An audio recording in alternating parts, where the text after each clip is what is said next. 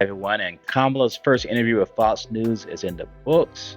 How did she do? Did she sink? Did she swim? Was she unburdened by what has been? Let's get into it. Kamala bombed this interview. I'm not even a fan of Fox. It's a weird time that we're in where you have Fox News, who is the voice of reason and actual journalism, literally being fair and balanced, pressing you on the things that you say, having receipts of the things that you said.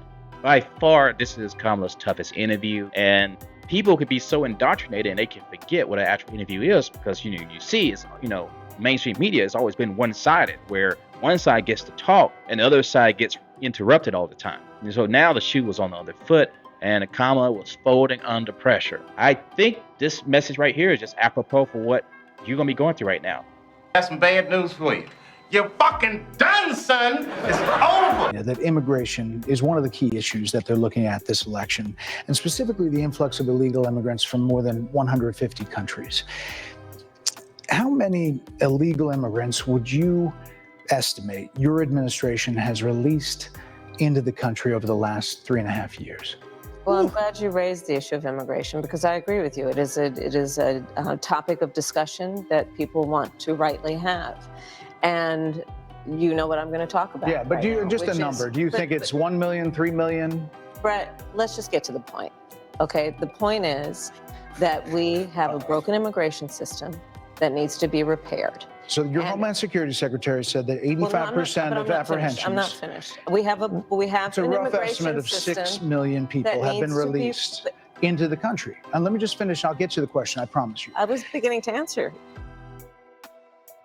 You're fucking done. This was your chance, Kamala, to get out there and prove all the naysayers wrong. This was your chance to let everyone know who you really are. This is to bring those people back into the fold. This is your chance to bring them back by being real and answering the questions, and you blew it. You just proved to everyone. She is as fake as press-on nails. And when you came into office, your administration immediately reversed a number of Trump border policies. Most significantly, the policy that required illegal immigrants to be detained through deportation, either in the U.S. or in Mexico. And you switched that policy. They were released from custody awaiting trial. So instead, included in those were a large number of single men, adult men, who went on to commit heinous crimes. So, looking back, do you regret the decision to terminate Remain in Mexico at the beginning of your administration? At the beginning of our administration, within practically hours of taking the oath, the first bill that we offered Congress, before we worked on infrastructure, before the Inflation Reduction Act, before the Chips and Science Act, before the bipartisan Safer Communities Act, the first bill, practically within hours of taking the oath, was a bill to fix our immigration system. Yes, ma'am. It was called the U.S. Citizenship Act of 2021. Exactly. It was essentially a pathway to citizenship for the elite. Yes, ma'am. May I finish responding, please? But you have to let me finish. You had the White House and the House and the Senate, and they didn't bring up that bill. I'm responding to the point you're raising, and I'd like to finish. Yes, ma'am. We recognized from day one that, to the point of this being your first question, it is a priority for us as a nation and for the American people. And our focus has been on fixing a problem. And from day one then, we have done a number of things, including to address our asylum system and put more resources, getting more judges, what we needed to do to tighten up penalties and increase penalties for illegal crossings, what we needed to do to deal with points of entry between border entry points. That's the work we did, and we worked on supporting what was a bipartisan effort, including some of the most conservative members of the United States Congress, to actually strengthen the border. That border bill would have put 1,500 more border agents at the border, which is why I believe the Border Patrol agents supported the bill. It would have allowed us to stem the flow of fentanyl coming into the United States, which is a scourge affecting people of every background and every geographic location in our country, killing people. It would have allowed us to put more resources into prosecuting transnational criminal organizations, which I have done Yes, ma'am. as the former Attorney General of a border state. Madam Vice President, a couple of things. Prosecuted trafficking of drugs, guns, and human beings. And Donald Trump, but let me just finish. Six Democrats voted against that bill. Learned about that bill and told them to kill it because he preferred to run on a problem instead of fixing a problem. And in this election, this is rightly a discussion that the American people want to have. And what they want are solutions, and they want a president of the United States who's not playing political games with the issue, I hear you. but actually is focused on fixing Six it. Democrats voted against that bill. It would have allowed 1.8 million illegal immigrants into the country a year. A lot of conservatives had a problem with it. These are the 6 Democrats.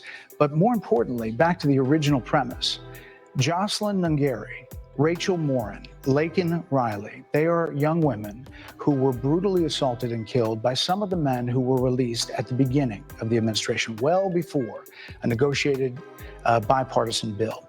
Former President Clinton actually referred to Laken Riley Sunday campaigning for you in Georgia, saying if those men had been properly vetted, Laken Riley probably would not have been killed. So if it wouldn't have happened, this is well before any negotiation. This is well before Donald Trump got involved in the politics. This is a specific policy decision by your administration to release these men into the country. So what I'm saying to you, do you owe Brett, those I think it's families really, an apology? Let me just say, first of all, those are tragic cases. There's no question about that. There is no question about that. And I can't imagine the pain that the families of those victims have experienced for a loss that should not have occurred. So that is true. It is also true that if a border security had actually been passed 9 months ago, it would be 9 months that we would have had more border agents at the border, more support for the folks who are working around the clock trying to hold it all together. Madam Vice President. To ensure that no future harm would occur. And this election in 20 days will determine whether we have a president of the United States who actually cares more about fixing a problem, even if it is not to their political advantage in an election, because there was a solution, Brett. Madam Vice President, it was a policy decision in the early part of your administration. I will let one of the mothers talk about it. Take a listen. Because of the Biden-Harris administration open border policies catch and release, they were enrolled in the Alternatives to Detention program. This meant that they were released into the United States. It was not even a full 3 weeks later that they would take my daughter, Jocelyn Nungari's life. I believe the Biden-Harris administration open border policies are responsible for the death of my daughter. That's the early days. So do you owe them an apology is what I'm saying. I will tell you that I am so sorry for her loss. I'm so sorry for her loss, sincerely. But let's talk about what is happening right now with an individual who does not want to participate in solutions. But let's talk about what is happening right now with an individual who does not want to participate in solutions. An individual who does not want to participate in solutions.